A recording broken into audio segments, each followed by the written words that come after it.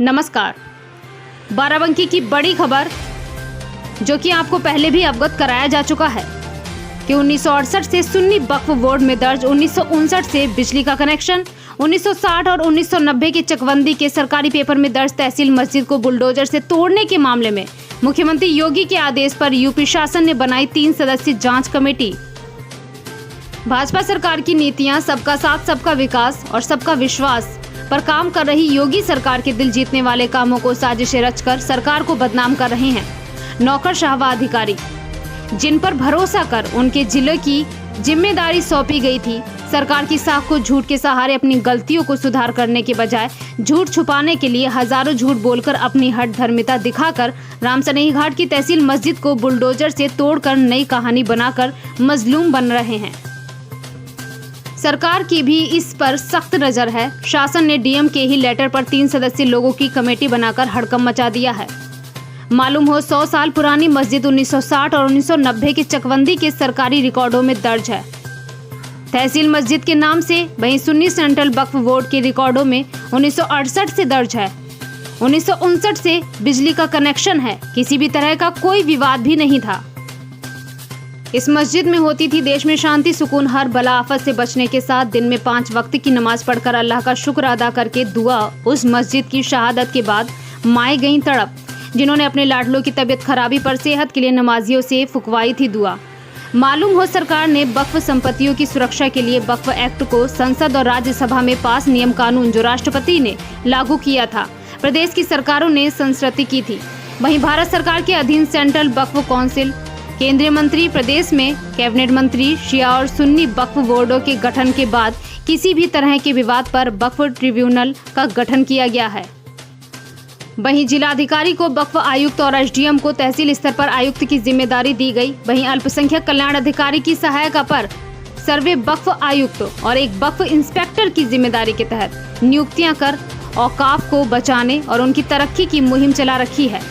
और यही नहीं, वक्फ की संपत्ति पर विकास के लिए वक्फ विकास निगम भी बना रखा है। सरकार की बेहतरीन वक्फ बचाने और संवारने की मुहिम और एक्ट की धज्जियां उड़ाते हुए कोरोना काल में हाई कोर्ट के सभी तरह के ध्वस्तीकरण के रोक के बाद भी मस्जिद के आसपास के इलाकों को सील कर चला दिया गया बुलडोजर और रातों रात सारा मलबा हटाकर कई पीएसी बटालियन का पहरा लगा दिया गया। पत्रकारों को भी जलील किया गया, कैमरे से तस्वीरों को डिलीट करवा दिया गया और मौके पर जाने पर पूरी पाबंदी लगा दी गई।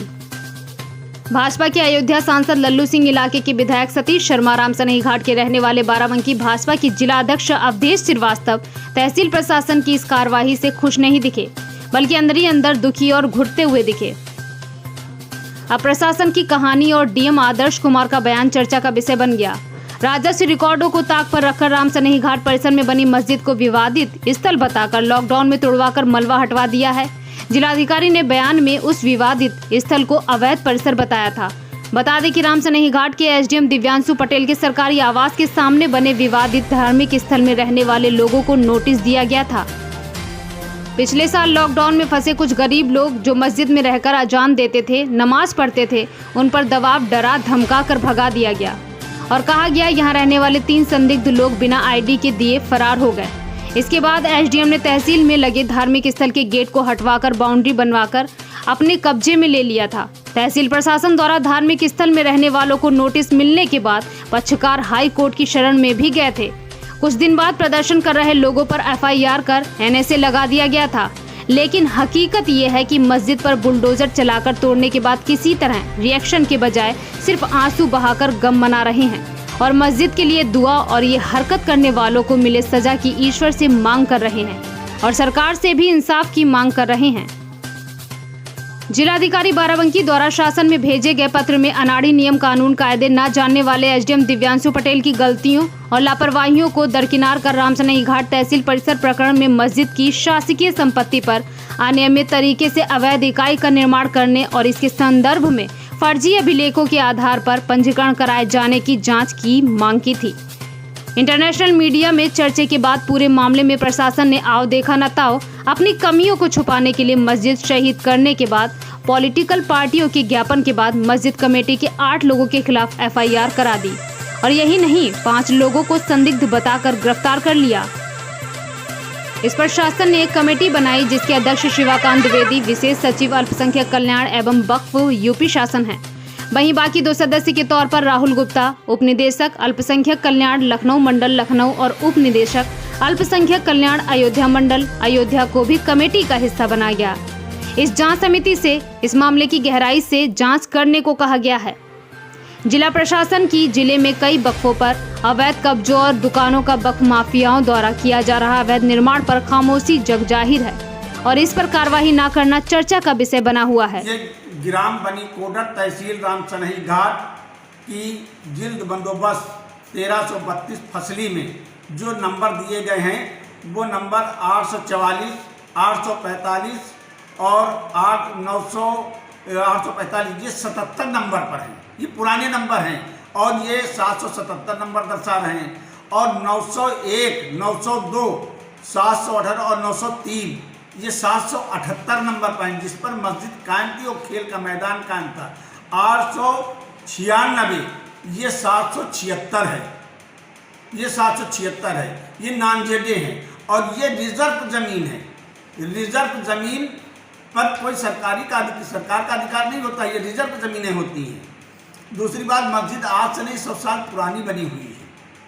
ये वो अभिलेख में बता रहा हूँ कि आपको चकबंदी में P2 गाटा संख्या 558-55-84 रजिस्टर्ड में दर्ज है।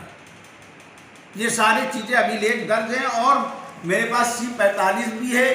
आपके नक्शे पुराने हैं और मैं आपको सब कुछ दिखा सकता हूँ। ये बिजली का बिल दिखा सकता हूँ। ये बिजली का बिल कोई फर्जी नहीं है, ये नंबर पड़े हुए हैं और निकाल लें और देख लें। ये बिजली के बिल हैं और ये 45 है, ये 45 है, ये 45 है, ये पुराना नक्शा है, ये नंबर है, पुराने नंबर हैं। पुराने नंबर में क्या क्या लिखा है ये बताया जाएगा, पूरी डिटेल।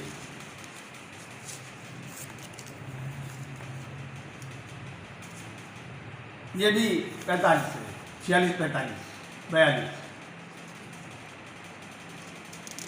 ये देखिए, ये देखिए, ये देखिए, ये देखिए।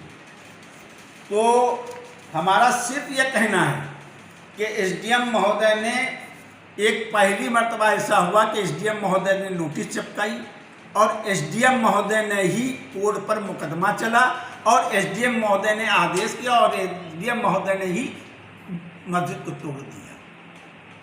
ये बड़े अफसोस की बात है, जबकि इसका एक ट्रिब्यूनल कोर्ट है, एक अलग कोर्ट है।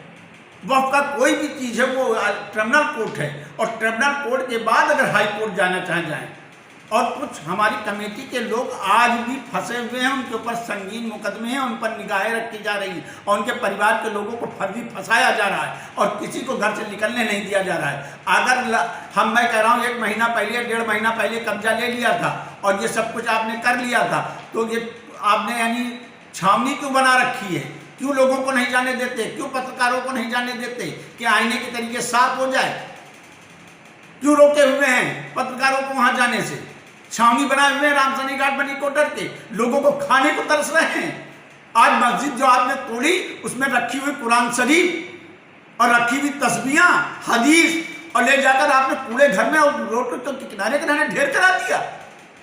बड़े शर्म अफसोस की बात है। पता नहीं किस तरीके से एसडीएम पढ़ लिख करके आए जिन्हें ये भी सलीका नहीं कि किसी धर्म की किस तरीके से इज्जत करनी चाहिए।